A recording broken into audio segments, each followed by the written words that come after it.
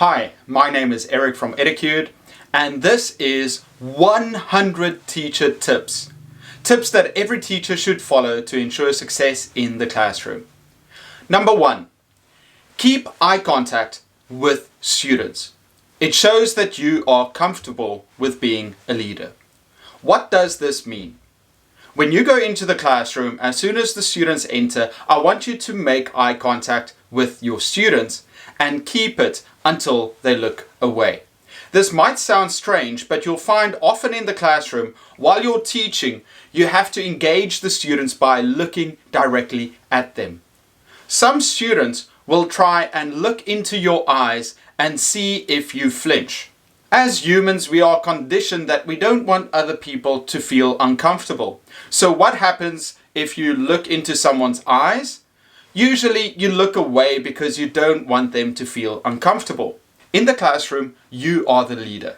So what you're supposed to do is look into your students' eyes, explain something. It's not about intimidating them, but you stare into their eyes until they look away. Does that mean that you're trying to dominate them or make them feel uncomfortable? No, actually what that student will think is, wow, this teacher feels comfortable in this class and they aren't afraid to make eye contact with me. See, the problem is that a lot of teachers are taught to obey rules. Most teachers, while growing up, were good students themselves, and as students, they were well disciplined and they always listened to their teacher.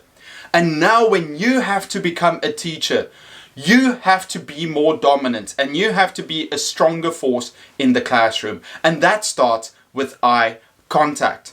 Now, eye contact can also be used to subdue some students that are acting out. What do I mean by that? If students are doing something that you don't actually like, instead of shouting at them, you can just keep eye contact with them, give them the stare, and they will stop. Let me repeat. Eye contact is fantastic. As a teacher, keep eye contact with your students until they look away. Eye contact also helps you build relationships with your students. And number 3, you can develop a stare that you use instead of words to tell students, hey, listen, what you're doing right now is wrong. I want you to stop doing that. Tip number 2, a power pose. Stand feet apart, shoulders back.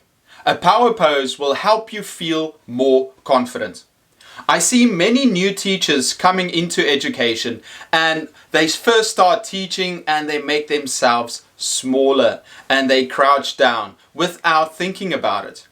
Now, consciously, I want you to make yourself bigger because your body language will have an effect on your mindset.